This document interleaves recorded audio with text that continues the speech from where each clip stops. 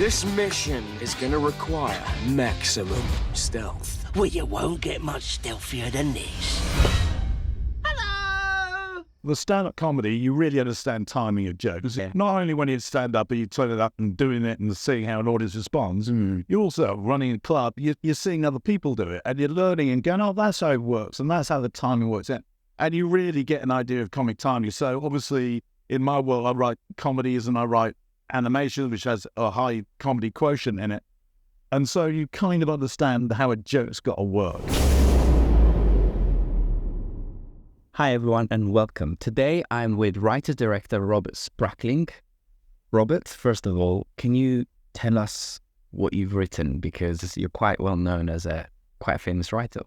Little bit known, not that much. But yes, I've been doing it a long time. I'm old. Yeah, I've been writing for about 30 years. I've written a lot in animation. So I wrote a movie, had the original idea for, wrote the original screenplay for a film called Gnomeo and Juliet, which was a Disney movie. And with Elton John doing the music and stuff, which took about $200 million at the box office, as I like to tell people constantly. So I did that. I did another movie, another animation, which again was my original idea and screenplay called Queen's Corgi, which was one of the biggest films in Europe when it came out. It took $50 million at the box office, #1 in quite a few European countries, and did quite well. And I wrote a movie, again, my original idea, and a screenplay called Mike Bassett, Interim Manager, which is a comedy mock documentary about the England football team going to a World Cup and being crap as per. So I did that, and that was a Brit comedy, kind of came out quite a while ago now, with Ricky Tomlinson in it, and it was kind of this bit kind of Spinal Tap for football, and is the big cult kind of favourite with football fans. So. Which I'm very fond of. So I did that. And then I've written a lot in, for other people. Those are original ideas. I've got another one which I'm actually writing and directing this year, which is an animation called Flamenco, about dancing flamingos, obviously. And I've written a lot, done kind of rewrites for Hollywood movies. I've worked for most of the major companies in the UK, like Working Title and BBC Films and what have you. And I've worked a lot with Aardman, who do all the Wallace and Gromit stuff. I've written on 5 movies with them, sometimes just doing punch-ups on things like Shaun the Sheep, and also doing kind of original ideas, and also kind of coming on screenplays that they already have. So I've been kind of doing it for a long time. So if we go back to the start, how did you start? What was the journey like from the very beginning? I went to drum college in Wales. I kind of wanted to be an actor. I thought I wasn't very good at academia and stuff, and I thought I like football, I like acting, so I went on to be an actor, and then after about a year of this I realized I'm not a terribly good actor. I'm a very good over actor, but not a very good actual actor. And a mate of mine in the college, who was like my best mate, and he wrote a play and he put it on we had our own theatre, we had actors and stuff, so he could put it on a show pretty easily.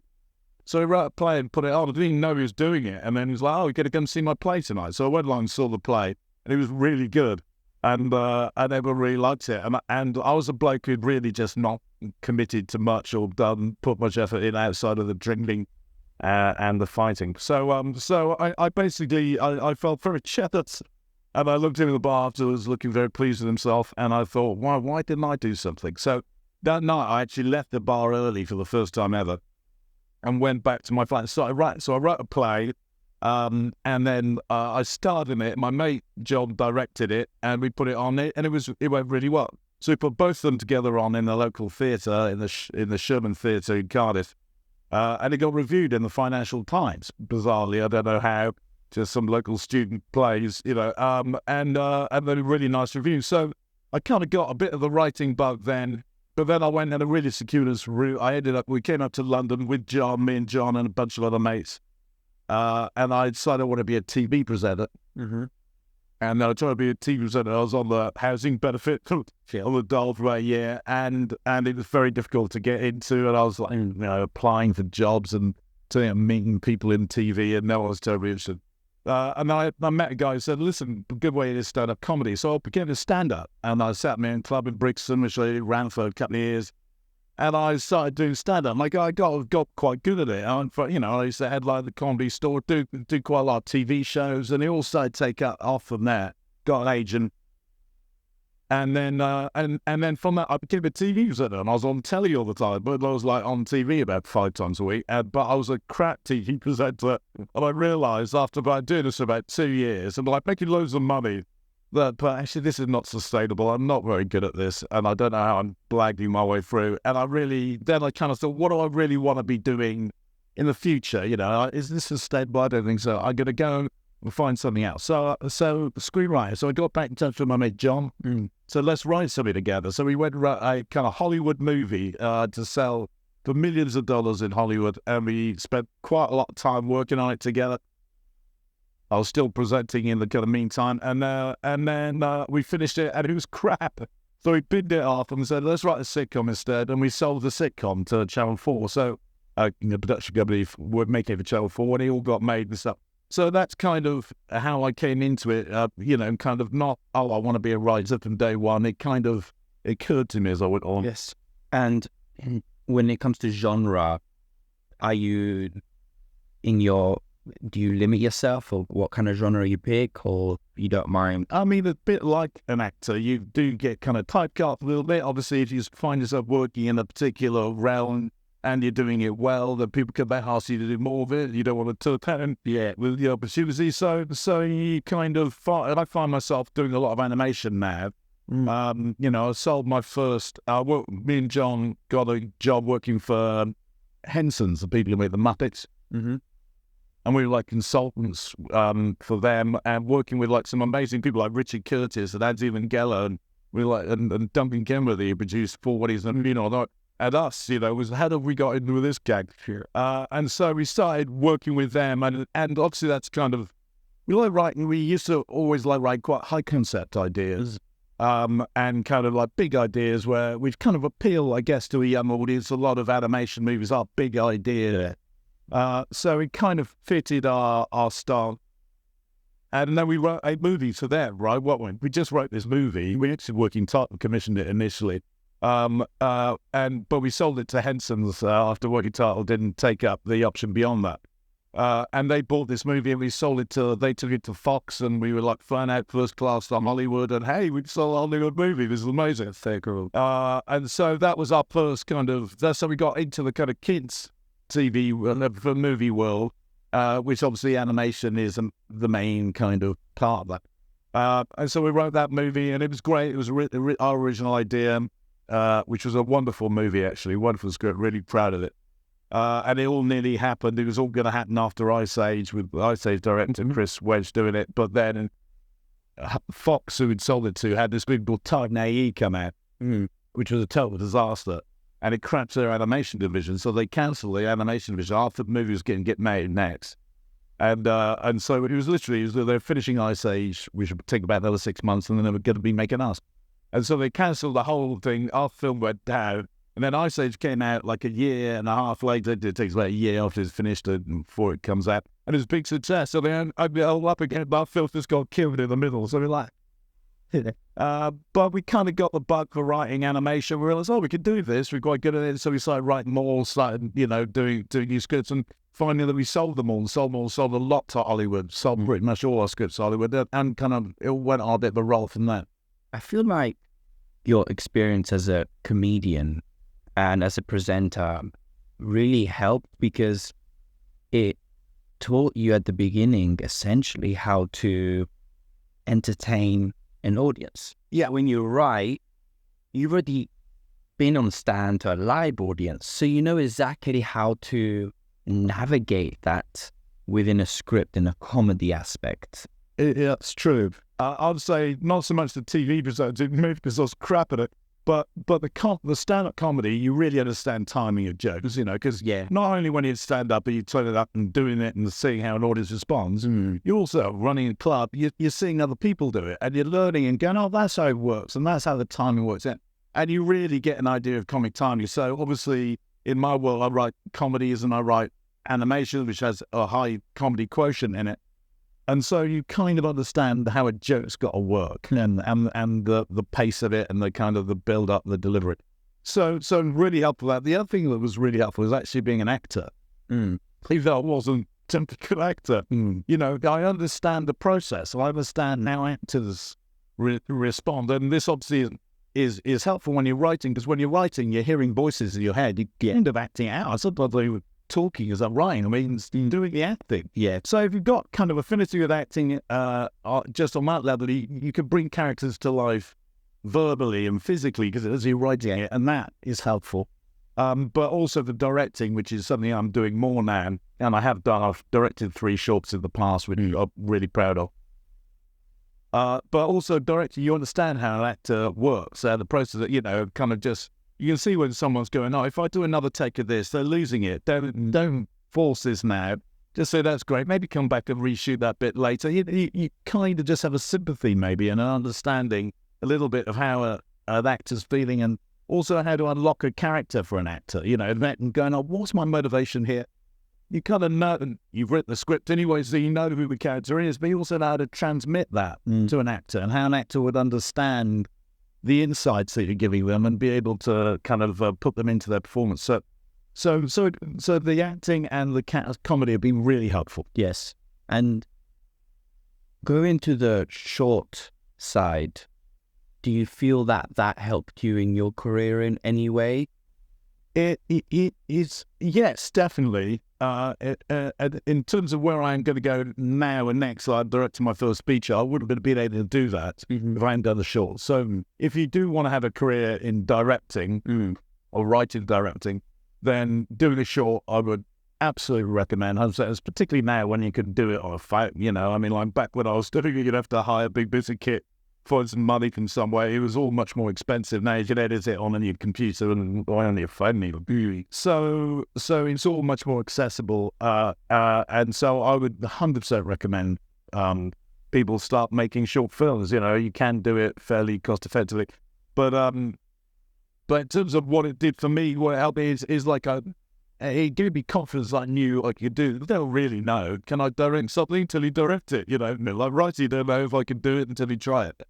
And I directed the first film I did back in '97, a short film called Green Monkey, and I directed that. And a lot of my friends had been a lot more in production, and I got a load of mates in that world who I could call upon to help me. But a lot of them would say, "Oh mate, you get this, and you're going to have like a horrible few days. This is going to be hard and stressful and difficult." And I was thinking, "Oh shit, is this going to be really?" It was just easy. I know it's smug, but I just found it easy. I found it natural, and I found it comfortable. And there's other things like TV was only. I didn't find natural. I didn't find it. For some reason, I was awkward. I didn't like it. This thing, I decided, well, this is my world. I like this. I know what to say, and there's 1,000 questions coming at you every minute, but I had answers, and I didn't feel stressed, and I felt like, oh yeah, this is my work. So one, it taught me, I can do this. This is kind of feels a natural fit to me. And I loved it. I just loved the whole process. Writing's a fairly solitary experience. You sit on your own in a week. I like people, and I'm gregarious. And so you're out there working with people, often friends and people you really like. And it's just an enjoy. It's like going to a party or something. It's just an enjoyable experience. So I learned that. I learned that I'm actually good at it. That film won a load of awards, like tons of awards, like 20, 30 awards. And a load of people came to me and saying like, "Oh, listen, here's an opportunity. Do you want to direct the guy who produced La Haine? This was quite a dark thing about a murder, robbery, and a guy gets shot, but with comedy filtered through it." And I was given like the producer of La Haine's, I won some award in France, and he was like head of the panel. He was like, "Can you direct this movie?"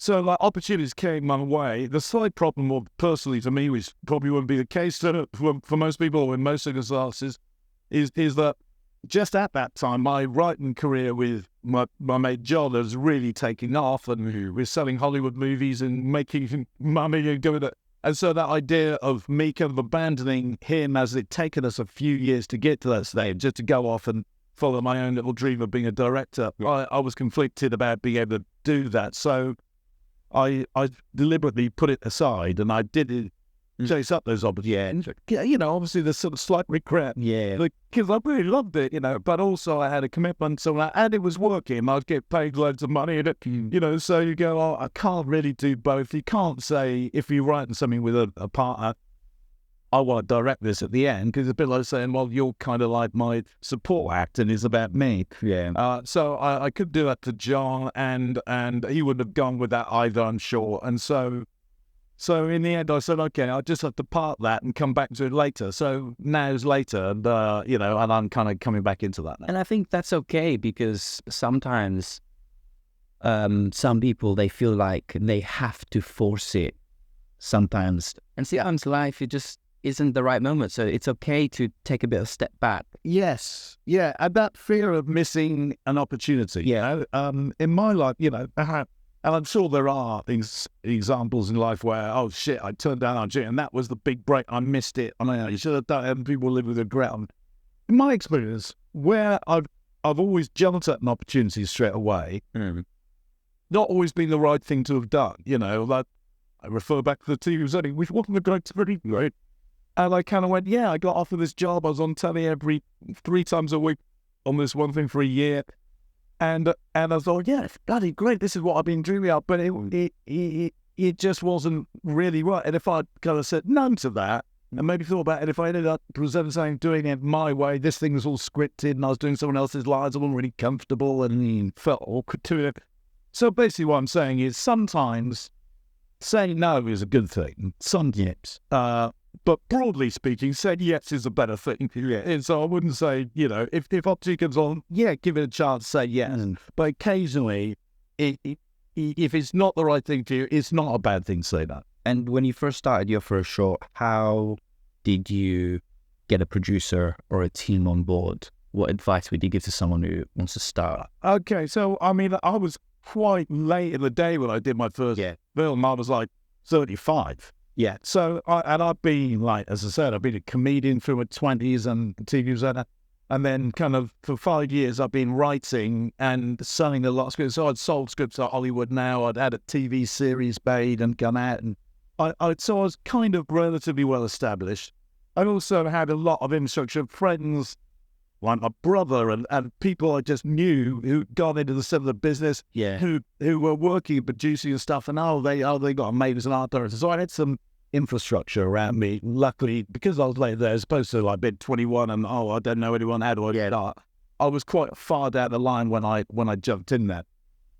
So for me, I already had that in place. But the good news is now, if I was doing it now, you know, there's so many chat rooms and webs, you know, the connectivity is so much better if it was in my day. You know, the internet didn't exist, you know. So being able to find other like-minded people to work with and reach out, so much easier now. Yeah.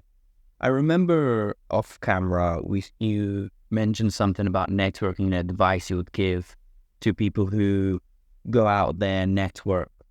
Yeah, and my thoughts on networking is like, I've never really done networking, not consciously, I got to turn up at that to network, because that'd be good for me. So, just because I'm a bit proud and I don't want to kind of feel cheap, really. Can someone help me? So, and so I'd also find that networking, when networking means, you know, you go into an event, there's some big high hitters there, and there's people who can give you a break.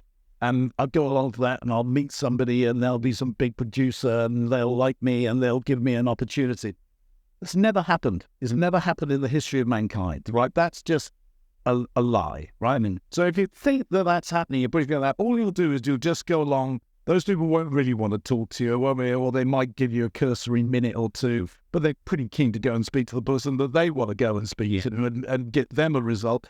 You're unlikely to make a breakthrough with anyone who's going to really help you and advance you. Very, very, very unlikely. However, there is a form of networking which is brilliant, right? And if I was starting now, this is absolutely what I would do. And that is networking with your peer group. Rather than trying to meet someone and then propel you upwards up a ladder you haven't really earned. Instead, network with the people at the same level. You know, if you want to direct, you need to meet producers, but you want to meet producers who are your level. Yeah. Because those people, if you like that, I mean, you can, they will want to produce your next thing, and you'll all be at the same level. You'll have the same investment, and the same respect, and you'll be able to work together, and you'll be able to build that infrastructure around you, and you'll meet actors, and you'll meet other people who want to work with you because they're at the same level as you. Yeah. And that way, you can all kind of move up together, you know, and say you work with someone, you know, a DOP or whatever, and they then they suddenly start doing really well. They get a job. Yeah. They might go, hey, listen, you know, can you come in on this? I'm doing this movie. And they bring you up, and then you doing something, and can you come in on this? And you elevate each other together because you trust each other and you're on the same level. And that networking is absolutely vital. So I would say 100% network, but don't network with a higher echelon thinking that they're going to fast track you up to something that you have earned. Yeah. Network with your own people and build it yourself and earn it. Yeah. That's worth it. Yes, I totally agree with that. And when it comes to writing a short script, what do you think is the right formulas for a short script to have in order for it to be successful? Okay. You know, obviously there's all sorts of different styles and tones and everything that can work with short. I think there's some basic ingredients that you need to have. And much like a screenplay, it's useful to have a 3-act structure, you know, which sounds obvious, but beginning, middle, and end. Yeah. Normally in a feature film, the third act is kind of about 25% of the length of the movie. Like when I write an animation movie, they're normally around 85, 90 minutes long, and the last act will be about 20 to 25 pages, something like that. And you don't need that long third act in a short film. You haven't got space for that, but you do need the equivalent of that in a kind of twist or a turn or something in the end which leaves the audience going, oh wow, yeah, you know. So you need a little gasp moment, and you know, it's helpful to send them in the wrong direction. So your third act only needs to be a line or a moment or a very short scene. So that means you're focusing on your setup of your first act, and your second act is the main body of it. And your third act can be fairly truncated, but you do need a twist or something at the end which gives it a sign off. You know, it's only 5-10 minutes long. You want an audience to remember it. So something that happens at the end rather than it petering out as we were. And so then you really need to be able to focus on your first act. I think really important for short films is tone and attitude and voice. You know, you're not getting a full meal of it's just like a little petit four or whatever, or a muse bouche. Yeah. And so you kind of want to grip people with the attitude and tone, you know, and that can be a thing from the look of it and the kind of how it's shot through to the dialogue and the snappiness of the dialogue, through to just the attitude of the characters, through to the false lines you set the audience on and tricking them, and or leaving them slightly in doubt as to what am I getting into here? What is this leading back? You can really play with expectations in a short. Yeah. And it's short enough for that people not to lose interest, not knowing quite what's happening. Yeah. So you don't want to dolly it all up. You don't want the audience to get ahead of you. You don't want it to be really obvious. You want it to lure you in and be a little kind of treats, which are a little sweetie that you unwrap and you go, yeah, it's that, that's nice. And if you can play that and pull that off, then it'll be a little delight. And I think that's where shorts can really work. That's actually a good example, because when you have a bit of a cookie, you kind of want more. Yeah, you had a whole cookie, you're like, I'm kind of full. Yeah, so maybe do what it was. And for the treatment I sent you, what is your view on it? I think there's potential there, but as much as you can tell from 10% of what you're going to finally end up with. And there's definitely a story and there's a payoff at the end, which is good. So my concerns about the short would be that you've chosen rom-com as a kind of, well, I know it's got a rom-com with a twist. They're trying to rob her and she ends up robbing them. But rom-com is one of the hardest things to pull on. It's, you know, first of all, it's kind of got a bad rep. It's kind of considered a bit throwaway and light. And short films normally kind of got a bit of an edge. They're obviously young people doing something, and rom-com's a bit of the kind of middle-aged, kind of safe, kind of considered a kind of trivial world. And so, you know, and normally a mainstream blockbustery type thing, whereas short movies the audiences of short movies are not necessarily looking for that from a short. And a short is meant to kind of propel careers forward. So people look at something interesting or different or edgy, and that is kind of potentially safe mainstream if you do it kind of down the line. Yeah. So and also it's very, very hard to do well, which, so actually it's an amazing achievement to make a great rom-com, because it's one of the hardest things to write, because they're so familiar with the tropes of, they start off, they're warring and arguing, but then they kind of, there's banter and they get the full, we've got to invest in this as an audience. We've got to give it credit. We've got to actually like it. And when you kind of know, I know where this is going, it's standard rom-com fare, you're going to start off being a big kind of warring and then start to warm up, and there's going to be little banter battles and slowly it's like, okay, I know where this is all going. It's familiar, and an audience can easily switch off from that because they go, all right, I know where it's going. Now, you've got a nice twist, sure, and you've got the element that they're trying to rob her. That's good. So if I was to do anything with this, there are, you can take a movie like Promising Young Woman. Mm. I think Emma Fenn was brilliant, and I love that movie. I love Saltburn, and they're both kind of love stories in a way. And about someone kind of, the relationships. And that's, they both got a really surprising dark edge and all the rest of it, which elevates the film. Obviously, Promising Woman, it's up to killing everyone, and you're not quite going there. But a bit of darkness cutting against that elevates it, gives it some edge, and makes it as a short film, a short film audience, someone's looking something a bit different, a bit fresh, will probably respond to. So if you play it straight down the middle of the bat, I know you've got this robbery going on, but it's still teed up pretty easily for the audience. We know at the start you're going to rob her, so we're not.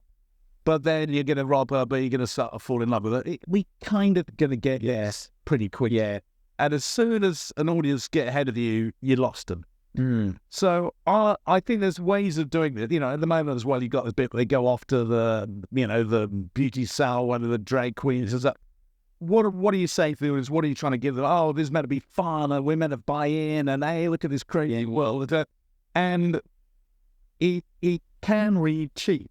You can read kind of, oh, right, you're trying to whip me over with your crazy characters, a lot buying it, and people might just fold their arms and go, my God, I think there's another way you could do the same story, but still have that edge and what would be interesting about it.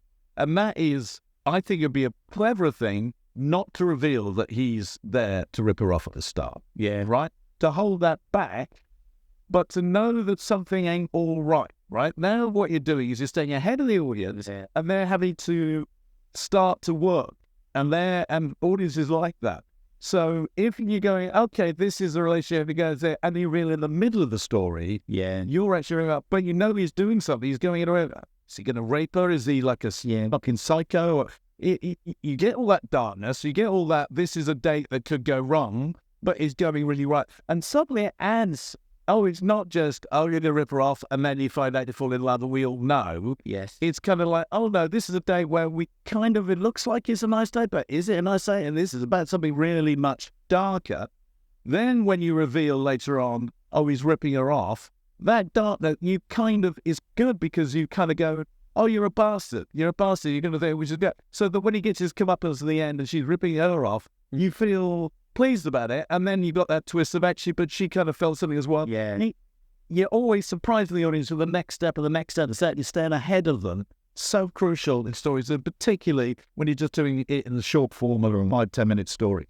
So if I was to change anything, I would not dolly it all up, and I would focus on that relationship and the company, and it kind of feels a bit more now, because there is a story, rehypnol and date rape and all those kind of things are out there, and they're interesting, and the vulnerability of a woman in that situation, the power of a man in that situation, what's going on here, and just playing with that and sending the audience down the wrong path occasionally, ask them to invest a bit in the movie. They're coming into it now not sure where we're going and interested, and that will give it that kind of slight dark edge, and then it'll make the reveals more interesting, and it'll make the end payoff better. That's actually a very good point, because I always see, when I tackle a short film, I always tackle it with having a message within the short and teaching someone something. Yeah.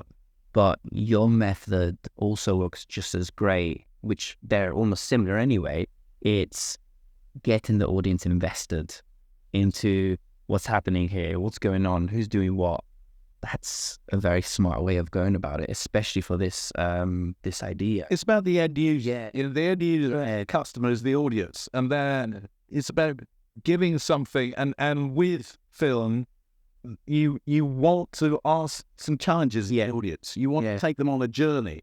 If they know what the journey is, I know where I'm starting out. I got a pretty good idea where there's ending up. Oh, but it's got a twist. Yeah. That's a less satisfying meal than something where, what are you presenting me here? Yeah. Is it this? Is it this? Is it this? Jesus, I think it might be that. Yeah. Oh, it's not that. Oh, it's that. Yeah. Oh, right. I'm taking part now. I'm a contributor to this. Yeah. And an audience likes that. And as a creative, what do you do to stay creative? And what do you do with writer's block, for example? Because a lot of new writers out there have that difficulty. Yeah, I mean, all writers experience some kind of block at some stage. Mm-hmm. There's ways to mitigate it. You know, I procrastinate all the time, but I have confidence in myself that I'll get there. So if I've got a job, I will write a lot for other people, and I'll get a job and I go, okay, you've got like 2 months or 3 months to write a screenplay. I will not do anything for like the first 6 weeks or whatever, and just sit around and avoid it, because A, I'm naturally lazy, and B, I need to get into that slight sense of panic where I then focus and I get that hyper focus or whatever, and then I really am on it and I'm driven. So procrastination is actually part of the creative process, and if you're building up to that, there's things going on in your head in the background you're not even aware of going on. You are doing work, even if you're not seeing it at a computer, and maybe there's times you are thinking about it without forcing it and pushing it. What you don't want to do is put too much pressure on yourself. You don't want to beat yourself up. You know, if you're not feeling it, sit back, have a cigarette or whatever, you know, coffee, and let it breathe a bit. Number two, I'd say never sit in front of the computer with a blank screen, right? Never, ever even go there. If I went there, I'd get writer's block every time. Yeah. Whenever I go to write a screenplay, I've done a lot of the prep work beforehand. So I'd have written a treatment, a 10-page treatment before I even start. And I'll know who my characters are, what the journey is, what all the scenes are, what they're going to say in the scene. I know all that before I even start writing the screen. You know, now it still evolves a little bit, and you start writing and just going, yeah, that's not quite right. Or in the second draft, you go, oh no, I'm going to rejig that. That's not quite one of the revisions. You kind of, you know, you evolve it. But you've got a route map. It's like setting out on a journey. You know where you're going. You know the stopovers. You know where you're staying. You know what you got to achieve. And you get the end. And so you just feel like you got some support and you're not staring at a blank screen. Also, when you got 10-page treatment already written, you can copy and paste that, chuck it into final draft. Oh, I've already done 10 pages. I'd actually flash it out and I'll final draft into about 15 or 20. Yeah. And you go, all right, I've already done. You know, make it easy on you. Find ways to make it easier. Another thing I do, which really helps with screenwriting, is when I write a screenplay, when I've already got my treatment in place, is I start with the first 10 pages, right? And I write the first 10 pages, and in that, that's quite a slow process, because what I'm doing is I'm getting the tone, I get the attitude, the characters, the way they speak, the way they act, and that evolves, and you go back and rewrite, and you fidget around. But I'm not writing a film, I just write the first 10 pages. Yes, I'm just getting that 10 pages, I'm getting the world, the tone, the attitude.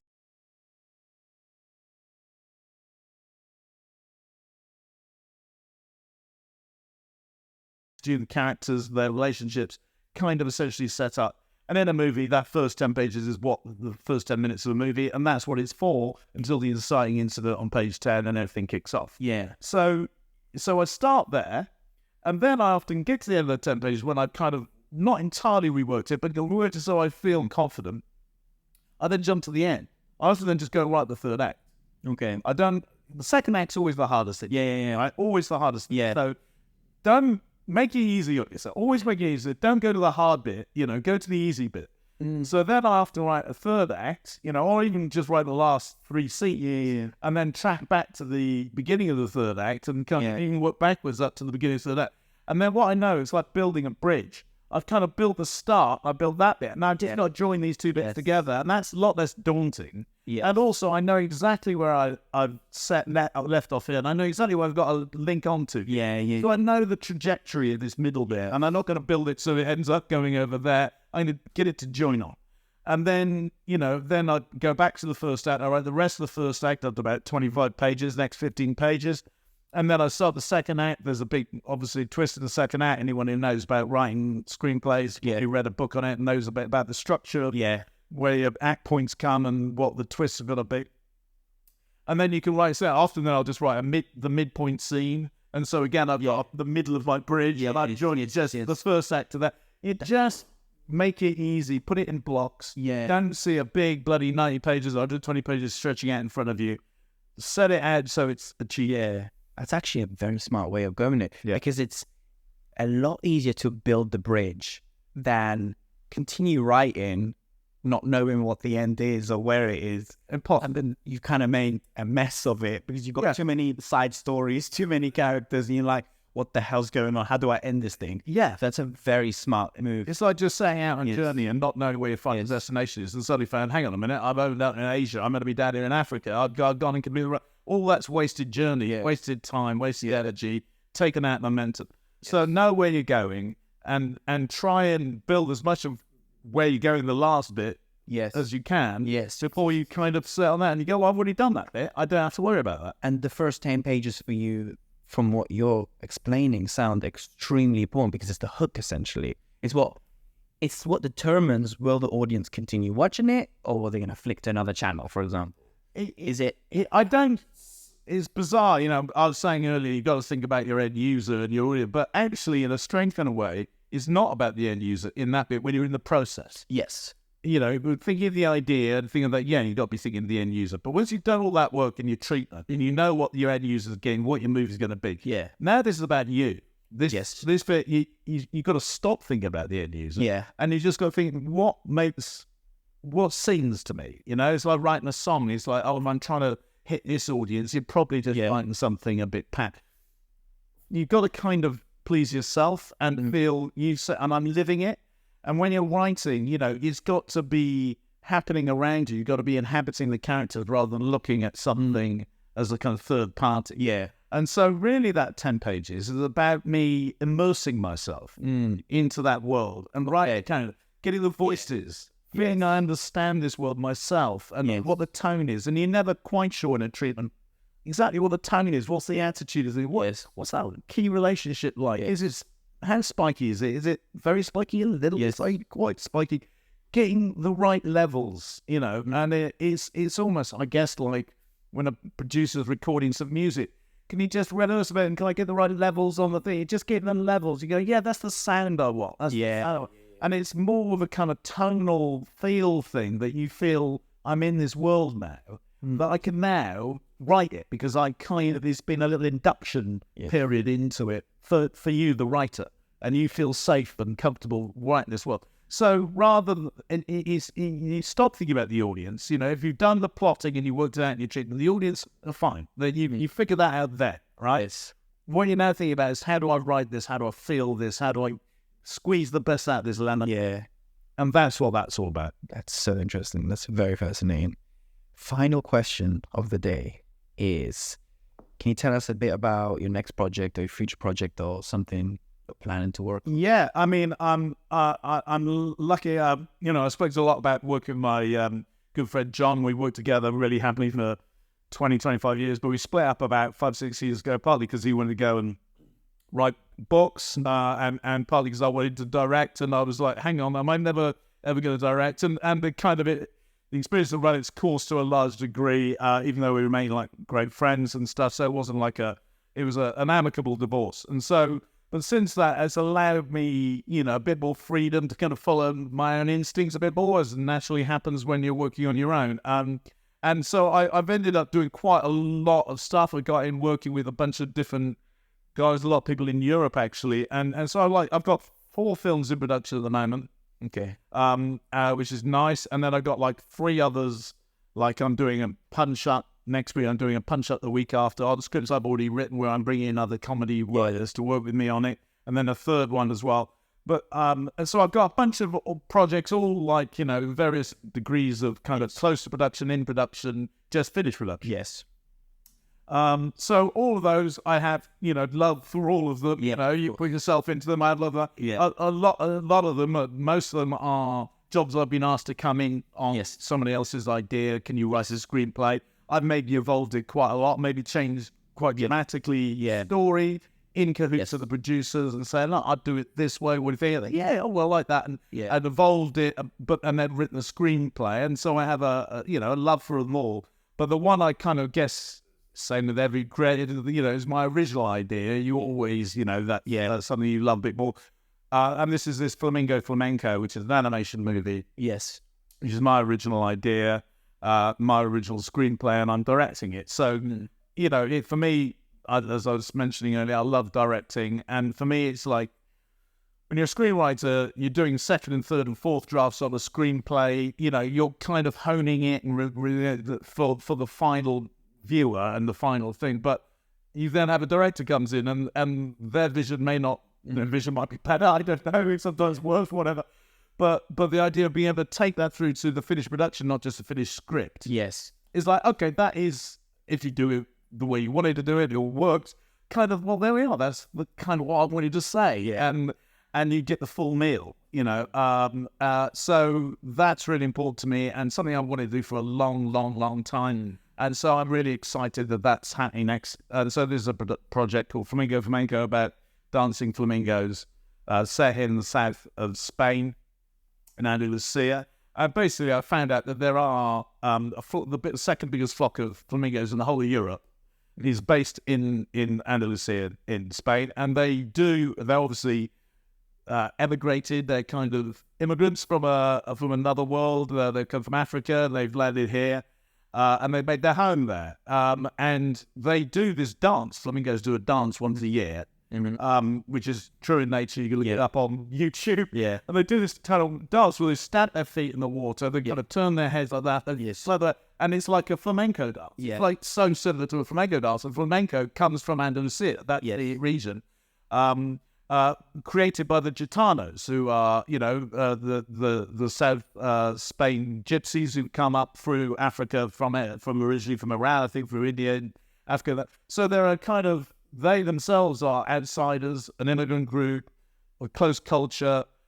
They do this dance, the flamenco, which is central to their culture. And, you know, so it's about culture, identity, being outsiders in another world. And so that's the kind of correlation between the two. And I just felt, well, and they love gambas, you know, both Flamingos and Gitanos love gambas. So there's so many similarities between those two worlds. So I twinned those in my story, and it's really about a girl who loses her ability to dance. She loses her sister early on. There's these kind of local racist dogs, Podenco dogs, who are like wild dogs in Spain, who attack the flock, and she loses her sister. And in that moment, she kind of suffers a trauma as a young kid of losing kind of the most beloved person, and also they ban the dance because it's too dangerous. So she's kind of lost her culture, her means of expression. She loves dance and her sister. And so what happens to that kid then? And I guess the story is a lot about kids I've met. You know, I'm a dad, and, you know, you meet particularly girls, I think, when they're around 8, they're kind of unedited and free and just themselves, and they're kooky and silly. And you just got this little wild thing usually. And then social media and secondary school pressures, and a lot of them become closed and start to turn into themselves, and some self-loathing and anxiety and things like that happen around about that 13, 14 age group. And so it's really about a girl who kind of loses her identity and who she is and turns in on herself. And it's about her being able to connect with her spirit, and so she meets this crazy lizard who teaches her to dance again, and she becomes everything she wants and leads her flock to dance again. And so it's about rekindling the sparkle that can sometimes get knocked off kids, and then refining that and saying that's not necessarily who you are. You can redefine again and become what you should have always been. Well, that's quite a beautiful story. Well, we're looking forward to it. Thank you so much for your time, and I hope everyone else has enjoyed this. Thank you. just